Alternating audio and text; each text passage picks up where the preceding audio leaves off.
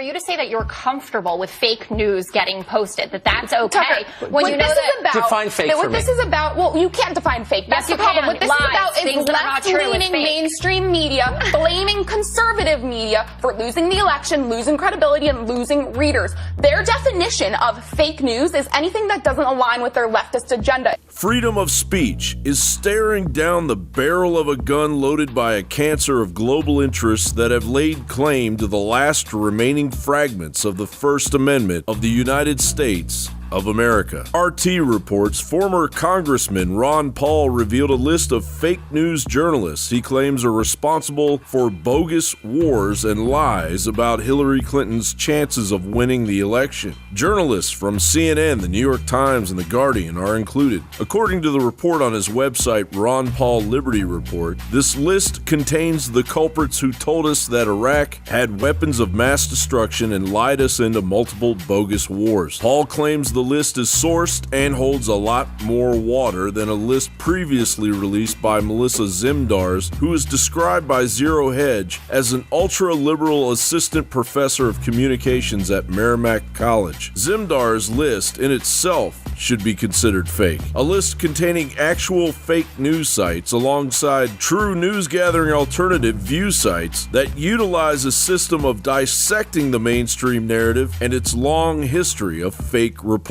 Fake reporting is nothing new. Just ask Brian Williams. After a ground fire incident in the desert during the Iraq War invasion, I made a mistake in recalling the events of 12 years ago. It did not take long to hear from some brave men and women in the air crews who were also in that desert.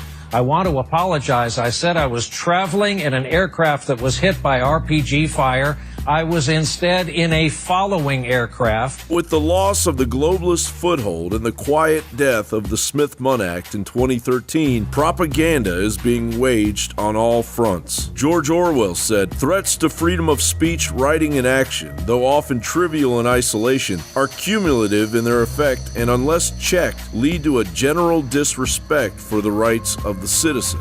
Is the Constitution a living document, open to interpretation, or is it something that must be read strictly and adhered to regardless of the day? You know, Scott, that is the question that is asked constantly of judges. And so to talk about strict interpretation or living constitution, those are not words I use. And they're not words that I think have much meaning. The very concept of objective truth is fading out of the world. Lies will pass into history. George Orwell.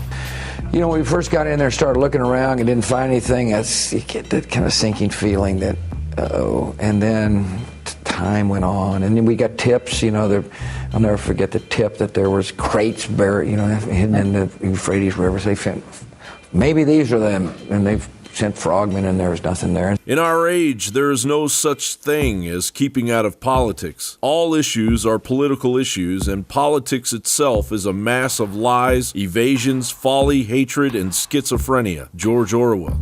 You have to represent all of the people, and the people have to believe that.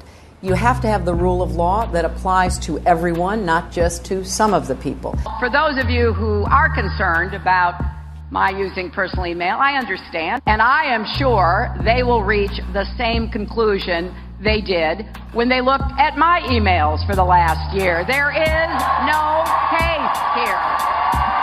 All the war propaganda, all the screaming and lies and hatred comes invariably from people who are not fighting. George Orwell. You're helping us to destroy ISIL, and we will destroy them. You're keeping us safe. The low-key announcement of additional troop deployments marked the 11th by the Obama administration in the last 27 months, each time ranging from 200 to 1,500, such that the total number of U.S. troops and advisors in Iraq will exceed 5,000 by the time the president leaves office. It is up to the individual, emboldened by the rights of a free press and the protection of the liberty passed down from the founders, to control their own mind and their own destiny. John Bound for Infowars.com.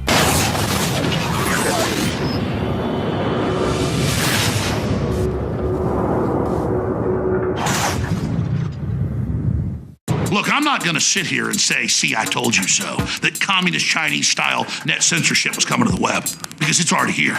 It's being announced. The way you keep the internet open and free is you get involved more than ever. Go to Infowars.com/app. A new battleship in the fight. Infowars Live, available right now. We're looking for a crew to man it. You going to sit down and play games and be a trendy? Or are you going to be part of history? Don't sit by and let the internet and free speech be stolen from you. Take action.